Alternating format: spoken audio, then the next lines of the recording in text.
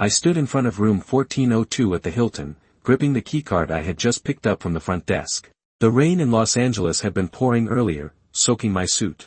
The company had sent me to Boston at the last minute for an emergency meeting and put me in the same hotel they'd booked for the rest of the staff. At first, I was excited. My wife, Emily Miller, was also in town on business these few days. I wanted to surprise her. I swiped the card and pushed the door open. The main lights in the room were off. Only a dim, warm glow from the bedside lamp lit the space. There was a perfume in the air I didn't recognize, sweet, almost cloying. Before I even had the chance to call her name, a warm body rushed toward me. "You're finally here, honey," Emily whispered, her voice low, carrying a kind of flirtatious urgency I had never heard from her before. She wrapped her arms tightly around my waist. Her hands started wandering across my back. She was wearing a black lace slip, thin as tissue. 10 o'clock sharp. "You're right on time," she murmured, burying her face in my neck and kissing me. My body went rigid. My heartbeat pounded so hard it hurt my ears. She thought I was someone else. She was waiting for another man. I reached up and flipped the wall switch. Click. Harsh white light flooded the entire room. Emily squinted at the sudden brightness. When she saw my face, she jerked backward as if she'd been electrocuted. She slipped and slammed into the vanity behind her. A bottle of perfume tipped over. "Michael?" Her voice trembled. Her face turned ghostly pale. I said nothing. I just stared at her, at the outfit she had clearly put on to welcome another man. I glanced around the room. Rose petals were scattered across the bed. On the nightstand sat an opened bottle of chilled champagne. 2 glasses. "Why are you here?" she demanded sharply, trying to mask fear with anger. "The company booked this room. 1402, I lifted the keycard in my hand. My voice was cold as ice. "What about you? Who are you waiting for?" "I'm waiting for you. I wanted to surprise you," she shouted. I let out a cold laugh and pointed at the rose petals on the bed. "You knew I'd be in Boston today. You knew what time I'd arrive." "I didn't even know until 2 hours ago." I stepped toward her slowly. "And when you called me, honey, just now." "Emily, we've been married 7 years. You've never spoken to me in that tone." Her breathing grew quick and shallow. She tried to grab her phone. I was faster. I snatched the iPhone off the table. The screen was still on.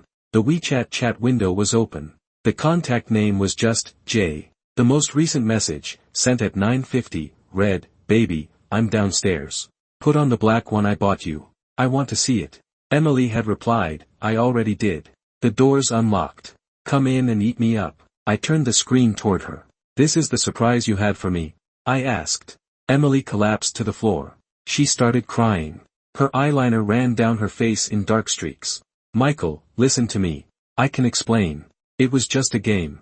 I don't even know him. We just chat online." Before she could finish, the door lock beeped. Beep. The door swung open. A young man in a blue suit stepped inside. He looked pretty young. He was holding a box of condoms. The moment he saw me, he froze. Then he looked at Emily kneeling on the floor crying. "Shit," he muttered, turning to leave. I grabbed his collar and slammed him against the wall. "Jay." I stared into his eyes. "Hey, man. Relax." He raised his hands, eyes darting nervously. "I didn't know she was married." "Seriously. She told me she was single. We met on a dating app." "Shut up." Emily rushed over and grabbed his sleeve like a drowning person clutching a lifeline. "Jason, tell him. Tell him nothing happened between us. Explain it to him." The man, Jason, shook her off hard. Emily fell to the floor again. "Explain what?" Jason said with open disgust, straightening his collar as he backed away. "Lady, we've only met twice. I don't even know your last name. Don't drag me into this mess." He looked at me, speaking quickly. "Look, man. She booked the room. She bought the drinks. She kept begging me to come. I'm out. You two can talk." He bolted out of the room like he was escaping a fire. His hurried footsteps echoed down the hallway. The room fell into a dead silence. Emily crawled toward me on her knees and tried to wrap her arms around my leg. "Michael, I was wrong. I know I was wrong. You've been so busy lately and I've been so lonely. I swear it was only this once. That Jason, he was just a substitute. The one I love is you." I looked down at her. I felt sick. Physically sick. I pushed her away and opened my suitcase. There wasn't much inside. Just a necklace I had planned to give her for our anniversary. I tossed the necklace onto the rose petals. "I'll have the divorce papers sent to your office," I said. "No. Michael. You can't do this to me. My parents will kill me. I'll lose my job, she wailed hysterically. She grabbed her phone and started frantically messaging Jason. In the mirror across the room, I could see her phone screen. Her hands were shaking violently as she typed. Jason, please help me. Tell my husband you were just joking. He's going to divorce me. You can't abandon me. You promised you'd take me away. The message sent.